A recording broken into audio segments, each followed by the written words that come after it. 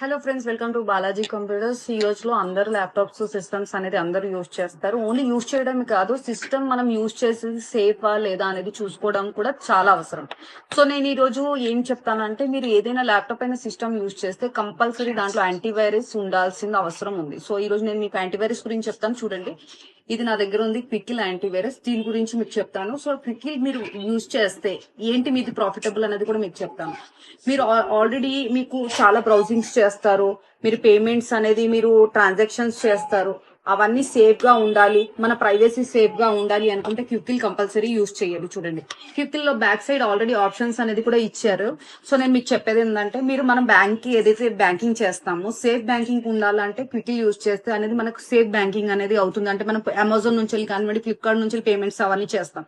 So అది safe గా smooth గా అవుతుంది.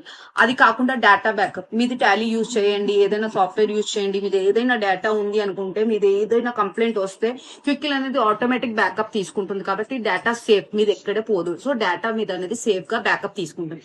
అది కాకుండా బ్రౌజింగ్ ప్రొటెక్షన్, అంటే మనము ఏదైనా యూజ్ చేస్తుంటాం, గూగుల్ ఓపెన్ చేస్తాం, ఏదైనా యూజ్ చేస్తున్నాం, ఆటోమేటికలీ సైట్స్ ఓపెన్ అవుతుంది. అది ఓపెన్ అవ్వకుండా సేఫ్ సైట్స్ ఓపెన్ చేస్తుంది, మన బ్రౌజింగ్ అనేది సేఫ్ గా వెళ్తుంది. సో ఇది కంపల్సరీ క్వికిల్ అనేది మీకు సేఫ్ సైట్స్ ఓపెన్ చేస్తున్నాం. అది కాకుండా ప్రైవసీ ప్రొటెక్షన్, ప్రైవసీ మన ఏదైనా సిస్టమ్ కానివ్వండి, ల్యాప్టాప్ అని యూజ్ చేస్తుంది, దాంట్లో మనం చాలా ప్రైవసీ ఫోటోస్ కానివ్వండి, వీడియోస్ కానీ పెడతాం.